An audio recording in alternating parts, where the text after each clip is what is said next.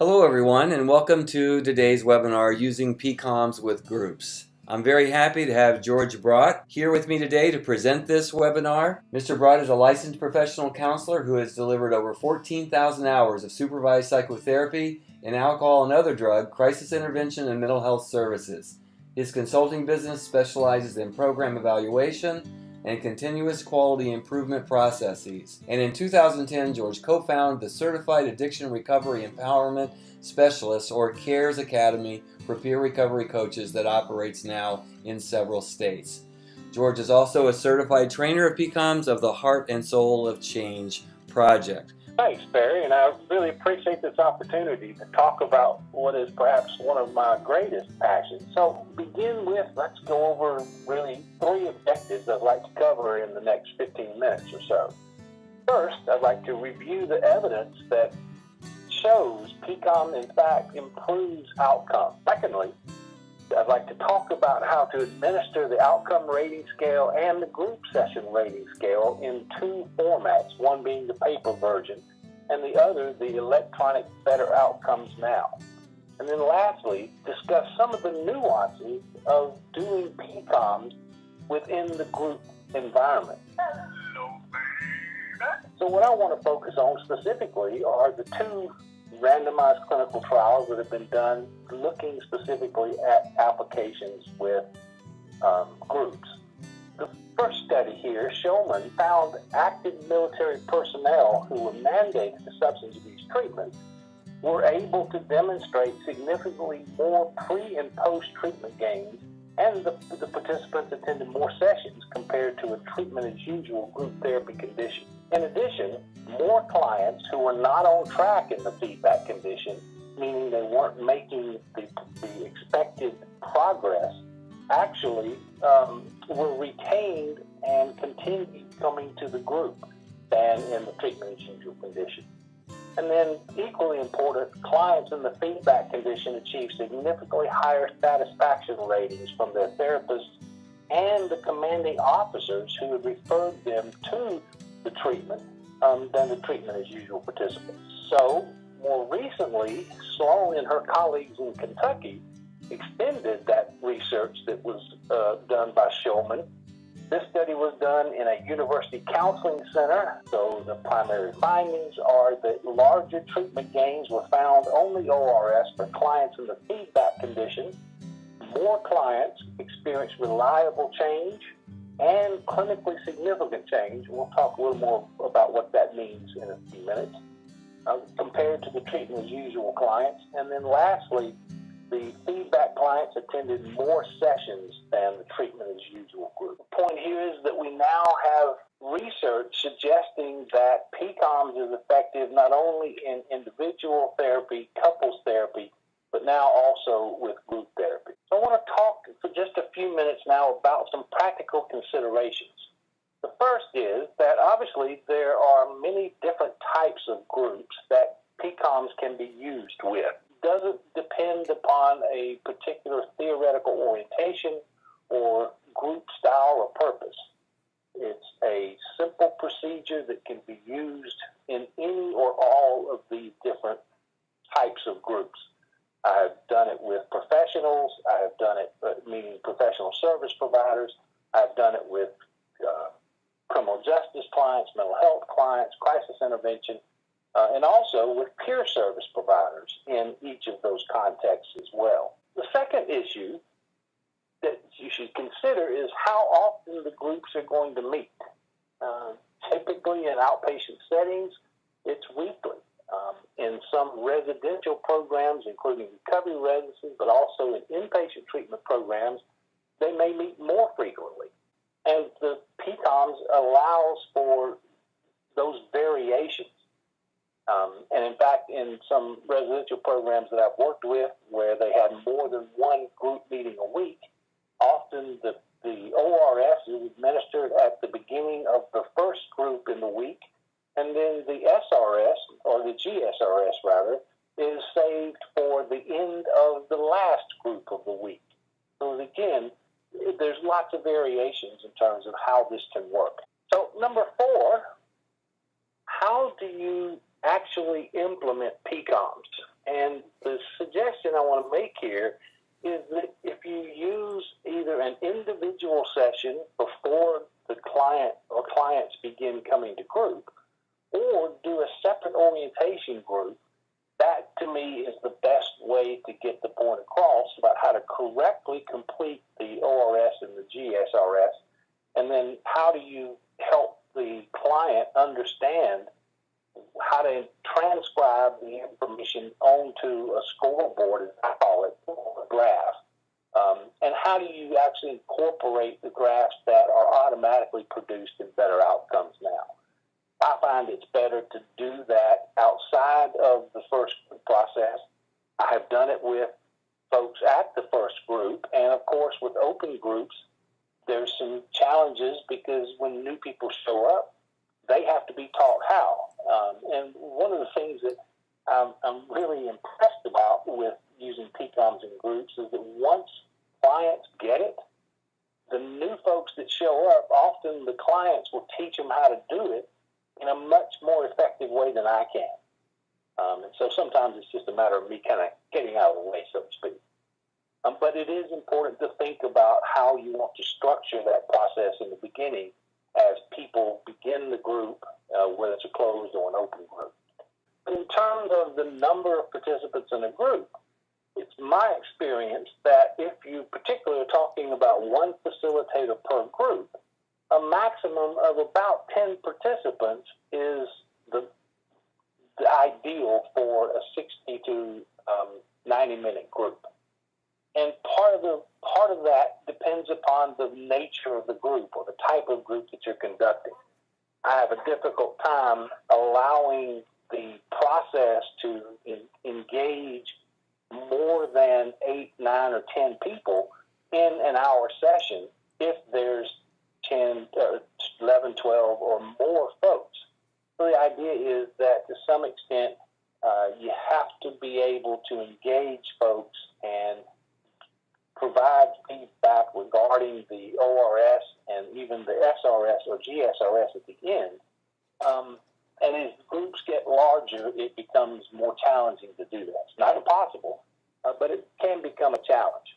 Number 6, I really find it super handy to, and this can sound a little silly, but to have name tags or tints available. There's nothing quite like having everyone honor who they are and their identity by displaying their name. And it helps everybody who's a participant in the group learn each other's names, but perhaps even more to the point, to actually use other people's names in referring to them and in making comments. I've also found that the name tints and tags are a great way for individuals who are artistic in any way to display individual icons that represent their primary interests or their specific individual characteristics. Some folks write mottos, and if you happen to use contingency management rewards, the name tint can be a great way to display when people have earned rewards.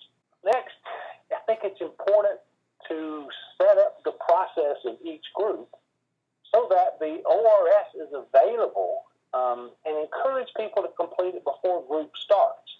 Now, one word of caution here, if you do this, it's really important not to be late for group, because in my experience, they will start without me.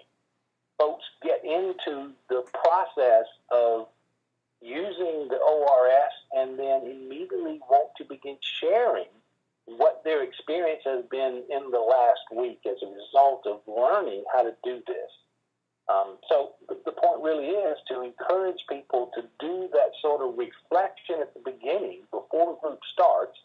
Go ahead, fill out the ORS, transfer their scores onto their graph or their scoreboard, and then immediately they're ready to begin group and jump into the meat of things. So next, let me talk a little bit about how we interpret scores, because any score above 32 or above means that something's just not right. And frankly, based on the research, a first score of 35 or higher is in fact invalid. So in the first session, if the person reports that life is at a 35 or a 36, the question typically is, so why are you here if life is that good? I wouldn't necessarily say it in that way, but you get the point. So the idea here is to really help participants learn what the ORS represents and how they are expected to translate their lived experience over the last week into the marks that they put on each of the subscales. And perhaps the most common error that's made when people fill out the ORS is they sit down and they think about, okay, so I'm feeling really good about my last week now. So the point is to really develop some tact in encouraging folks to go back and revise subscale scores. And in particular, a key variable is how does the subscale score or scores reflect why you showed up for services in the first place? And that question often kind of brings people back into a more realistic view of, oh, that reminds me of this and this and this. And so the point is to really allow and encourage them to modify marks on the subscales, at least in one subscale specifically related to the reasons for seeking services. And then the next one is that I find a lot of folks who come to group like to jot down around the subscale, the white parts of the paper, specific keywords, or they make drawings, or they doodle, or somehow make representations of key events that occurred in the last week. So this really can provide a written record of life events when they look back through their ORSs. This is also, I think, something that helps many people when they journal. Getting people to really engage on a consistent and regular basis in that sort of reflective process is a key part of what helps with developing a sense of, am I making progress and changes in a direction that has meaning and value to me? So the last consideration I want to review simply says that it is vital that your PCOMS data be reviewed during clinical supervision. And two key focuses here are on who is not on track, who's not making progress, or who's deteriorating, and who is at risk of dropping out. And that's the discussion that needs to happen on a periodic basis as you look at the data and really begin to tailor interventions and focus specifically on the people who aren't making progress. Now, you don't leave out the ones who are, but the idea here is that we're really interested in implementing a quality improvement process that engages people in longer periods of service, if that's what's called for. If it's not working, get them into something in addition to or instead of what you're providing, so that we, in fact, can claim improved outcomes as a result of whatever interventions the people that we're serving get involved in. And the secondary benefit, which is not really secondary, but this review process and looking at your data over time actually is what facilitates the service provider having that sense of, I'm really getting this. I'm seeing my clients show progress, both in terms of from one group session to the next, but also in cumulative terms with regards to my career. The fundamental question is, am I getting better at what I'm doing?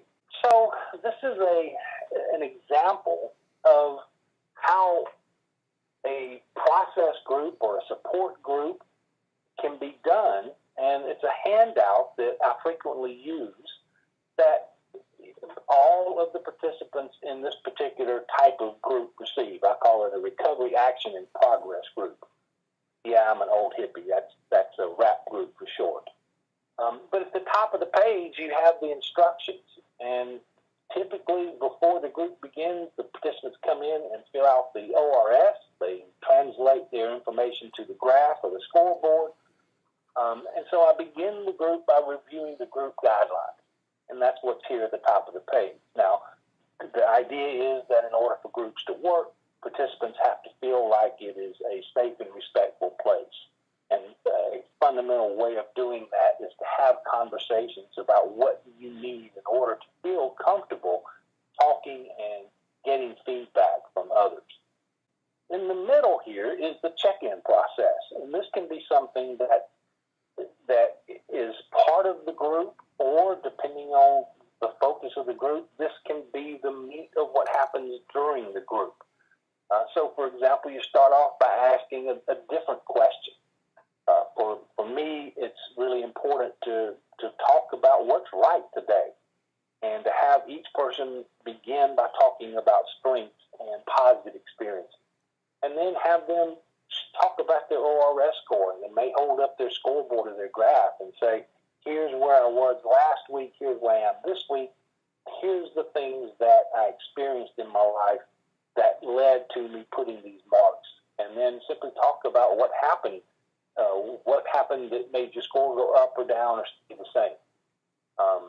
And then the last piece that I want to talk about on this handout are the relationship enhancement skills. And for me, fundamentally, part of my job as a facilitator is to model these skills and to teach others to use them in a way that, in fact, can lead to improvements in the quality of the relationships with people who are most significant in their life. So this is my version of a scoreboard. This is actually Johnny's cousin. So they start off by writing in the date, follow that by writing in your ORS score. So for February the 1st, it was a 23. They come down and put an O representing the ORS in that lower half of the form, so that the O represents that number at the top. And then the next time they come in, they do the same thing. And you can see in this case that the actual trajectory is headed, well, in the wrong direction. You might address that at this point, or you might simply talk about, so what happened? What led to the fact that your score is lower now? And then next week they come in and maybe things got better. So the idea is that you get almost instant feedback, and so does the person, about where they see their lives heading as a result of doing this reflection and marking the outcome rating scale. But let's just say instead of a 29, this actually was a 16 or a 17. Now, it doesn't take a rocket scientist to say something needs to change here. And clients get this. They see that the line is going in the wrong direction. The pattern isn't really showing up that things are going well or getting better. And at this point, it would obviously be important to have a conversation about what do you think needs to happen differently in order to make this change. Your view of your life has not improved, and the things that you've experienced have not improved, specifically relative to why you showed up for service. So that's one of the reasons why I think it's really important to use the graphs and to have this information visually displayed. So if we mark this on out so that we can look at the ORS scores over time with Mr. Good, you can see that over the course of the 12 sessions, the rate of change or the trajectory of change tends to be in a positive direction. You, in fact, compare the first and the last score, what you can see is that that's an 8-point increase. And as all of you are probably aware, what's really special about this is that it's not a third party saying to the client, oh, you're getting better. This is from the client's point of view.